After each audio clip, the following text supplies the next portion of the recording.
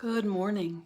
I am Vimala, and today is Thursday, March the 3rd, and we have some sunshine here today, but clouds in the sky, kind of like the world right now. There's some sunshine and a lot of clouds in the sky. So I hope your spirits are doing well, even as you have compassion and feel the suffering of the people in Ukraine. This is part of samsara, and hopefully you found a way to work with your own feelings about it and to notice if others around you are not handling it really well. It's there's so much on the news, and even just listening to the radio, for me, there's an overwhelming amount going on. And this is our world, and it hurts. So keep remembering to make your intentions every day be for the people who are suffering, the animals who are suffering, and also we need to send compassion and loving kindness to the oppressor, to the side that we would like to think of as, the bad guys, the invading country. And we have to let go of that duality and think, sending compassion to them as well. That's where it's hard. That's where it becomes the hardest. Even when it doesn't feel like we want to do it or that they deserve it. We know that we are just like everyone. Everyone is just like us. And there was something wonderful that I shared on my Facebook page this morning that and I think the invaders into Ukraine, there's a lot of greed at work. And the first thing that this article said was when it's hard to feel compassion or kindness towards greedy people, I can stop and think of the times I've been greedy in my own life and realize, oh, okay, I understand that. I understand greed. And then that can help us bridge that gap between us and that other person. So whenever we see someone in what we think of as their unskillful or their defilements, and greed being number one, it's important to remember, we're greedy too. And we're just seeing it on a scale that we don't comprehend very well. And I hope everyone's doing okay and coming back to your breath all the time, whenever you can, and just realizing that we have to be spreading loving kindness and compassion to everyone, to all living beings, and recognize some of those qualities that we dislike the most, or the qualities that we have those kernels in us too. So we are now on chapter 6 in our book, Bhikkhu Buddhadasa Bhikkhu's book, Heartwood of the Bodhi Tree.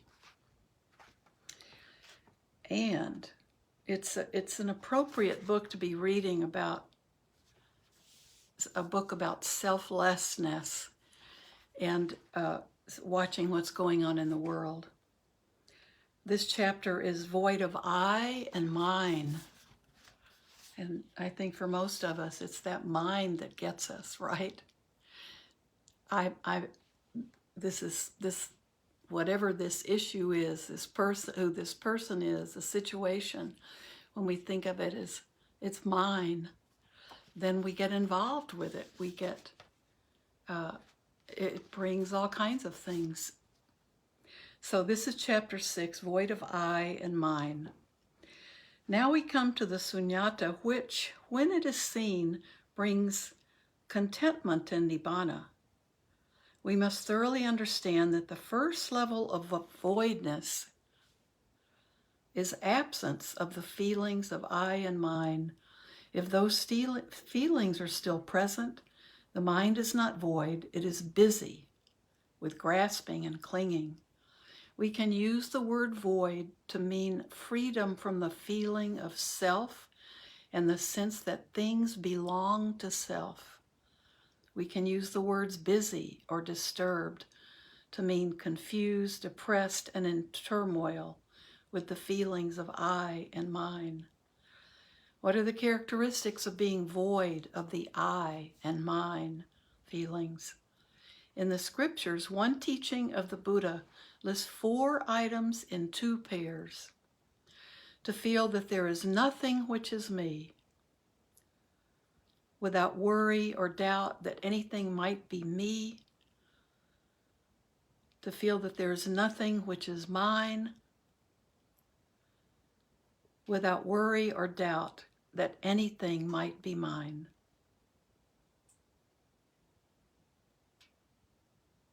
These are the characteristics of being void of the I and mine feelings. So let me read that again. To feel there is nothing which is me, without worry or doubt that anything might be me. To feel that there is nothing which is mine, without worry or doubt that anything might be mine. We may be aware that there is nothing which is me, but sometimes there remains some anxiety that there just might be something which is me. We feel that there is nothing which is mine, but we can't help doubting whether there may in fact be something which is. There must be an absolute, unshakably clear awareness that there is nothing which is self, and nothing that we need to worry about as possibly being self. That there is nothing which belongs to self, and nothing to wonder about, to worry over, to doubt, or to wait for as being ours. At the moment that someone's mind is freed from these 4 things, there exists what the Buddha maintained as voidness. The commentary sums it up concisely. These are the commentaries, the studies connected to the suttas. These are commentaries that came later. And these are the 2 lines from the commentary. Not taking things to be self, not taking things as belonging to self. And that is sufficient. When this ego-grasping consciousness is gone, try to imagine what there would be. One doesn't look on anything, anywhere as ever having been, as currently being, or as having the potential to become self or a belonging of self. There is no self in the present and no basis for anxiety regarding self in the present, past, or future. The mind has realized sunyata through seeing clearly that there is nothing at all that can fulfill the meaning of the word self and belonging to self. All things are dhammas, natural things, simply elements of nature.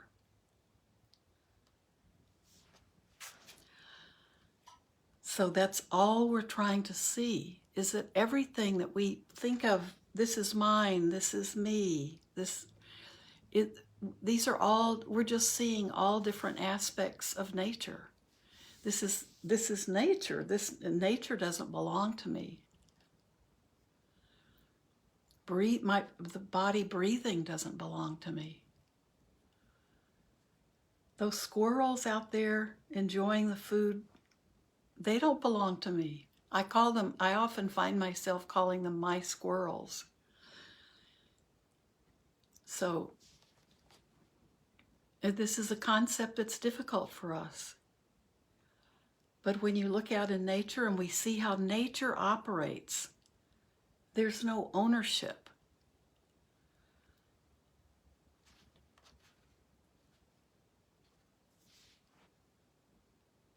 All things are dhammas, natural things, simply elements of nature. Mind is sunyata. Remember, sunyata is that void voidness, void of I and mine. Mind is sunyata. Such is the mind that is one with sunyata.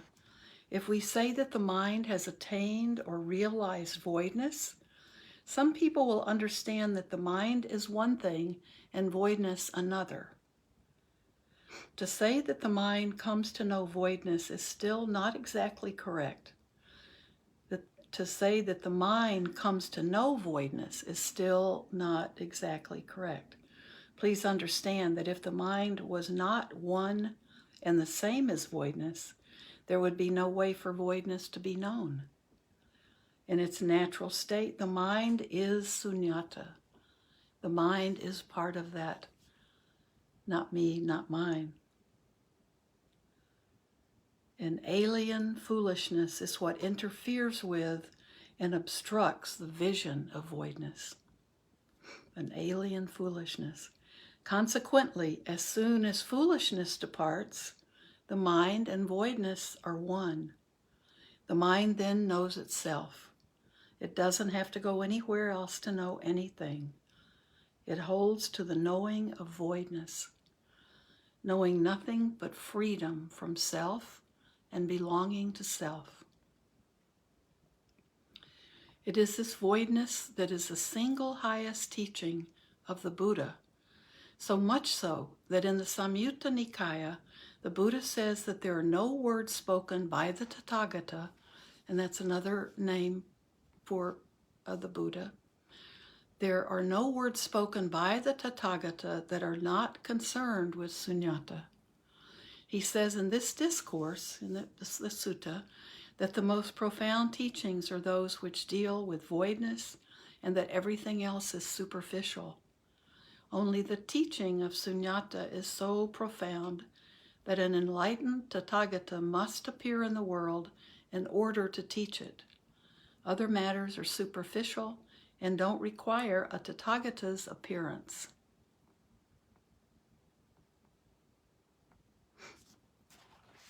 So that was the one concept that brought the Buddha down.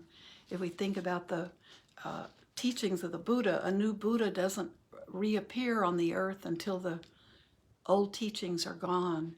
And so obviously it was time for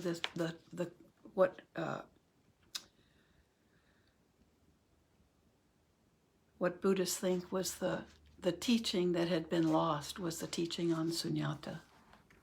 And this is Buddhadasa's, the point he's trying to make. That's why it's such an essential teaching. Well, let's see. Do we have time to read a little bit more, or should we stop?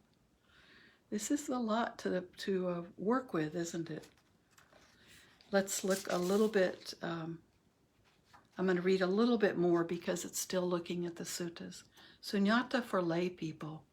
In another passage from the Samyutta Nikaya, the Buddha says that sunyata is the dharma, is the phenomena, is that part of nature that is always of long-lasting benefit and support for lay people.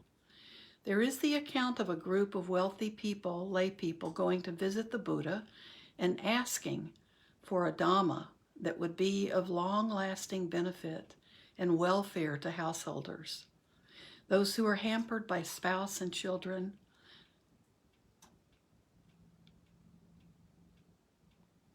this is the description he has of the householders. Those who are hampered by spouse and children, the wearers of sandalwood paste and perfumes. In reply, the Buddha taught them this sutta about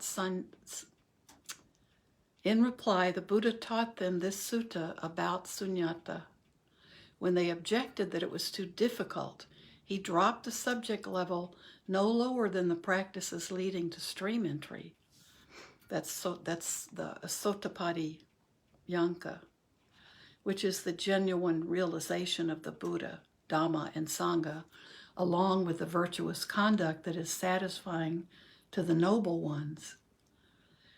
In fact, these lay people were being lured into a trap by the Buddha.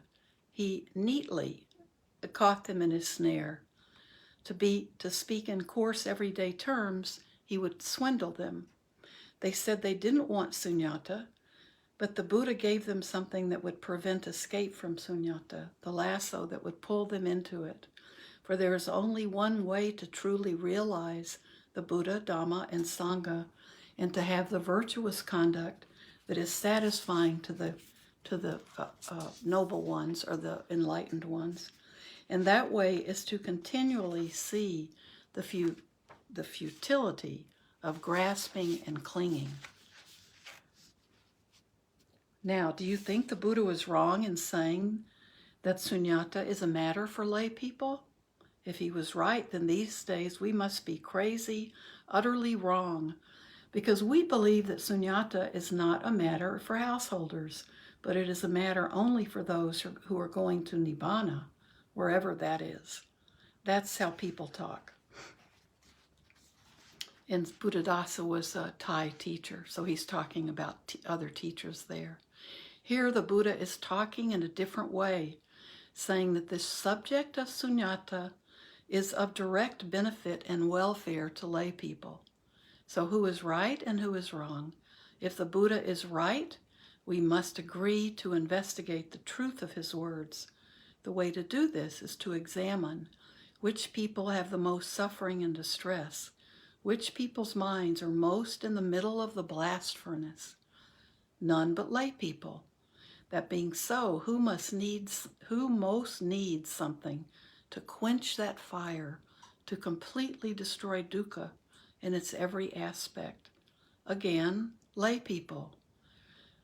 Those who are in the heat of the fire must look for the means of quenching it, there in its midst, because there is no place to struggle and escape to. Everything is fire. Nothing exists which doesn't blame into flames the moment it is grasped. Thus, one must find the point of absolute coolness right there in the middle of the fire. I love this sentence. Thus, one must find the point of absolute coolness right there in the middle of the fire. That point is voidness, freedom from self, and the belongings of self, or sunyata. Lay people must discover sunyata and dwell within its sphere. If one is unable to live right at its central point, then at the very least one should dwell within its sphere or have a reasonable knowledge of it. Dwelling within the sphere of sunyata is reckoned to be of long-lasting benefit to lay people. This group of people ask what would be of long-lasting, he's back talking about the people who'd come to the Buddha. This group of people ask what would be of long-lasting benefit to them. The Buddha answered, Dhamma directly connected with sunyata transcends the world. To transcend the world is to transcend the fire. To be directly connected with sunyata is to be void of clinging to things as self or as belonging to self. So the saying, Dhammas directly connected with sunyata transcend the world, is a gift from the Buddha, especially for lay people. The Buddha insisted on this in his own words. Please consider anew how necessary it is that we give attention to this subject. Is it not, in fact, the only subject worth discussing? In another sutta, the Buddha clearly states that sunyata is nibbana, and that nibbana is sunyata, freedom from defilements and dukkha. Therefore, nibbana is a fit subject for lay people too. If lay people still don't know the meaning of nibbana, they have not yet dwelt within its sphere. They must live in the midst of fire more than any other group of people.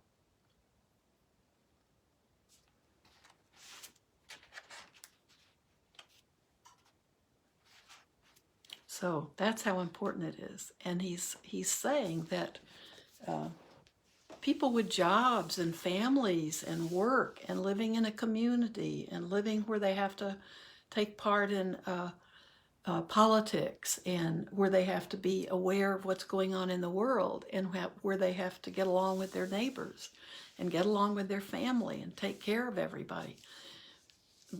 these are the people, regular, ordinary people like you and me, these are the people who need to understand this concept. It isn't just a scholarly concept to help, to help people understand the teachings of the Buddha. It's a concept to help our lives be better, and how to help us get away from the fire.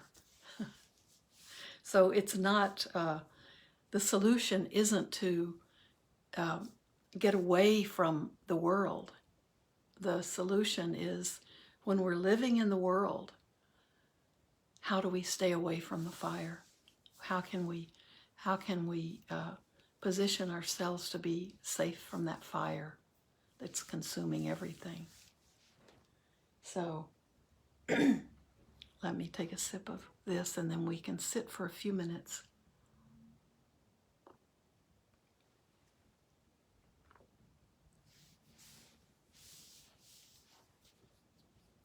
So these are lots of what we always think of as kind of heavy thoughts, heavy concepts. But just imagine if you could let go of taking ownership of everything around you. How liberating would that be?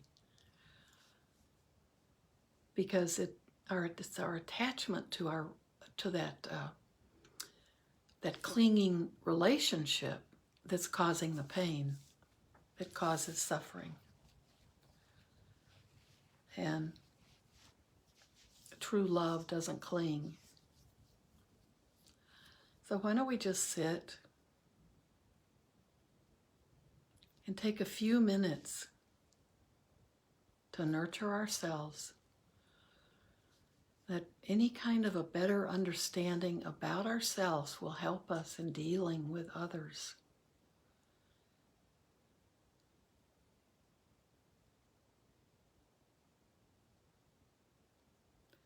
So I think working with a difficult concept like this can really help us find a way to be in the world where we're creating less suffering for ourselves, and we're doing no harm.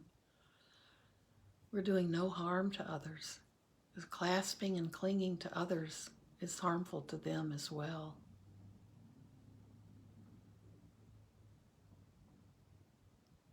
Let's just be with the body breathing.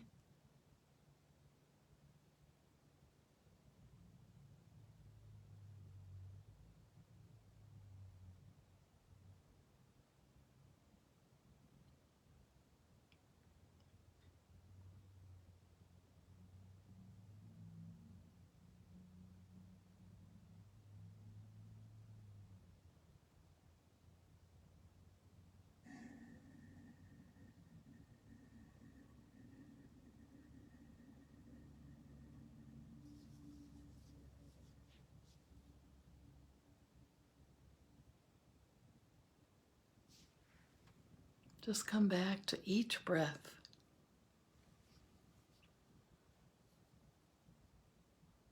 Let your mind settle down. Let it relax.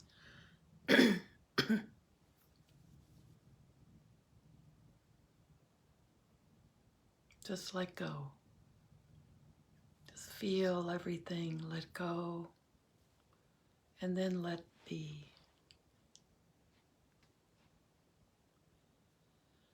I think when we let it be or let things be, that's when we're getting closer to sunyata.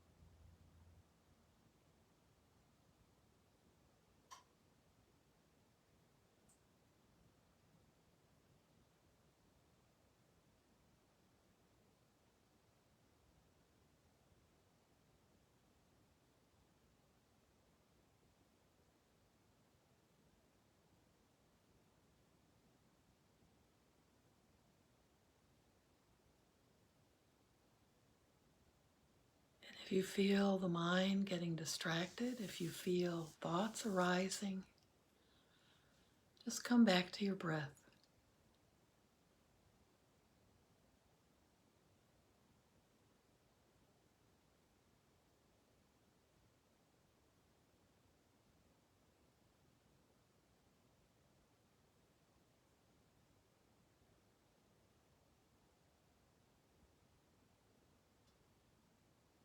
Even when we're faced with a crisis in the world, and there are crises constantly somewhere in the world. When we practice, when we sit down for meditation, we still always, we still always begin with ourselves.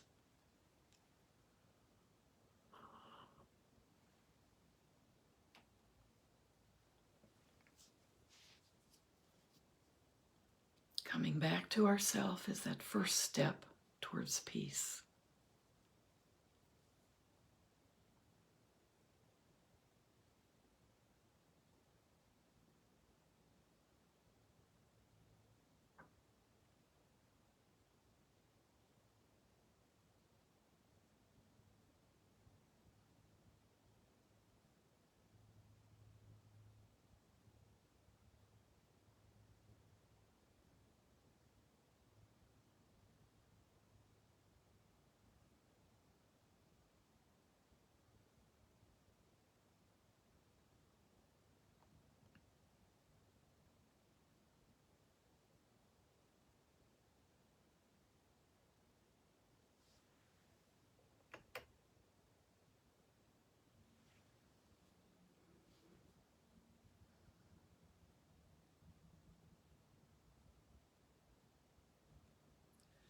So we begin with ourselves, and then we just gradually move out further and further.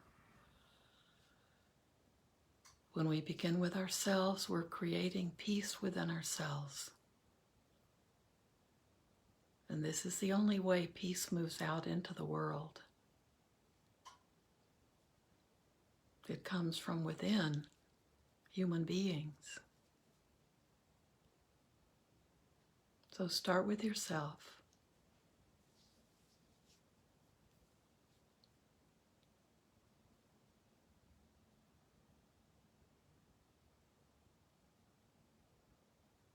We can let go of how to solve problems or how to fix things, how to fix people,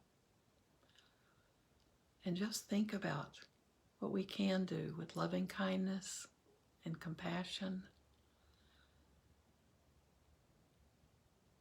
for ourselves as well as others.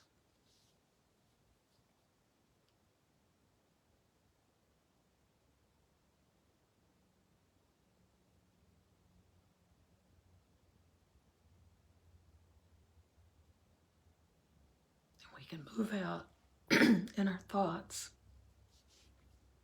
to our loved ones, to our community, to our country. And we can still be feeling that it all has to come and start within our own hearts. And then all of the living beings in Ukraine who are suffering, humans, animals, and all of the people who are causing the suffering, they're suffering too.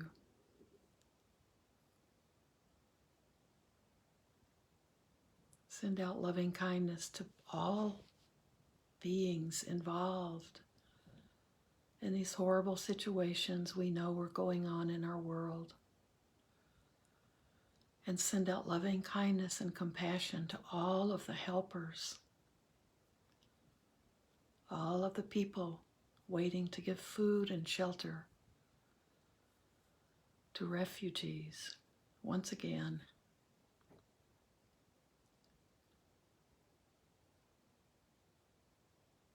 All of the people who are helpers.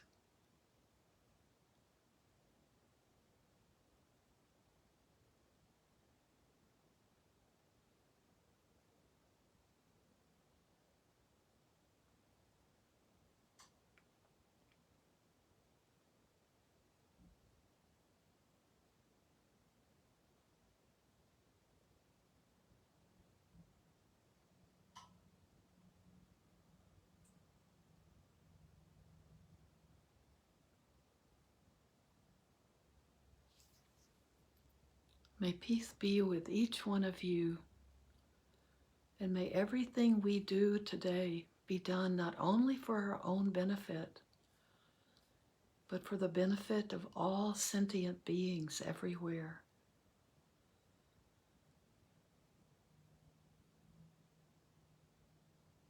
With special thoughts to the people of Ukraine,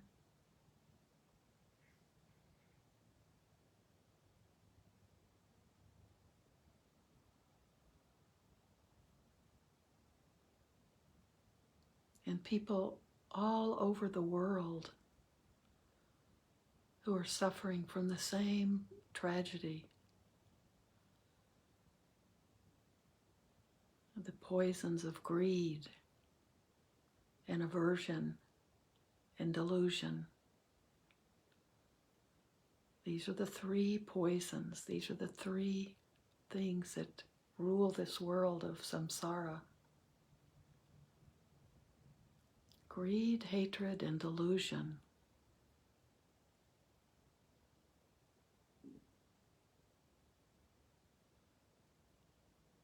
And every change begins within us first. So have a beautiful day. Think of others. Be generous. Have harmlessness in your heart. And find joy in your day and happiness. So thank you so much. I'll see you tomorrow.